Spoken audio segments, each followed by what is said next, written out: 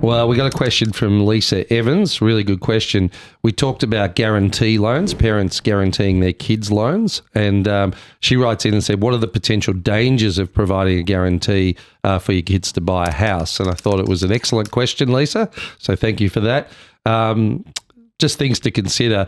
If that borrower can't make the repayments, there is a possibility you might have to pay that loan back. So that's an important thing to know. So let's say potentially now we've got property going up in value. Let's say that comes off a bit and all of a sudden that child can't make their repayments. Now, this is over a 1-year process. It's not just going to happen overnight, but they're still exposed. They're still exposed. So it's important to get legal advice to understand what your obligations and responsibilities are. The other thing that you need to consider is that it might impact your own borrowing needs as well. So you've got a lot of younger parents out there still doing things. So you've got a debt and an obligation here as a guarantee. So you've got to think about that.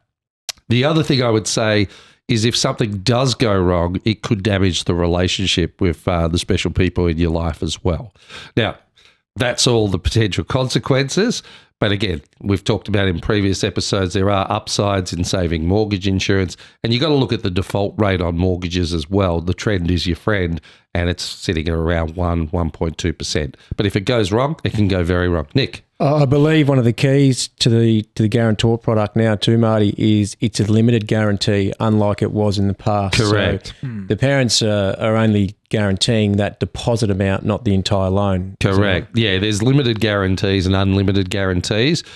Nowadays, you're generally finding they're limited guarantees, so you've got a little bit more safety around it as well. Really good question. One little extra one that I see as a danger, because I'd love my parents to be guarantor at some point soon. Mum, Dad, if you're listening, pay attention.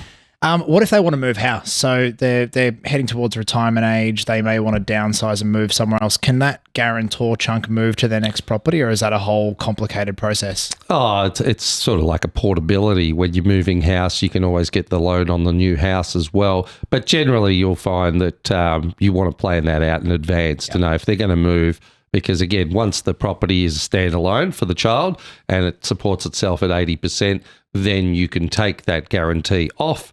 The parent gets their obligation sent back to them. They're free, and we move on. But yeah, that would have to be. They're all the great questions up front to be asking when you're dealing with a parent and a child in that type of situation. What are your long-term plans? You need to know what the guarantor wants to do, not only the person borrowing the money.